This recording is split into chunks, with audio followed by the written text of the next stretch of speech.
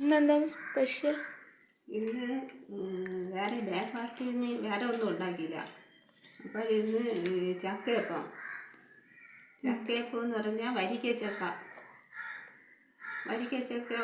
കൊണ്ടുണ്ടാക്കിയ ചക്കയപ്പം ഇന്ന് കഴിക്കാൻ വിചാരിച്ചു. രാവിലെ ഇന്നലെ രാത്രി ഉണ്ടാക്കി വെച്ചിരുന്നു. വയനയിലയിൽ നല്ല മണം, വയനയിലയുടെ മണമുണ്ട്. നല്ല മണവും നല്ല ടേസ്റ്റ്. ഇത് അരിയിലാണ് ഉണ്ടാക്കുക, അരിപ്പൊടിയിൽ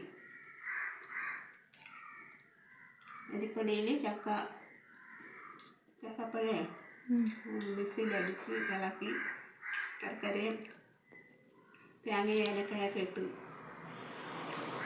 ഇവിടെ ഉണ്ടാക്കിയത്. നല്ല ഇത് വാഴയിലയിലും ഉണ്ടാക്കി. ഇത് വാഴയിലയിൽ,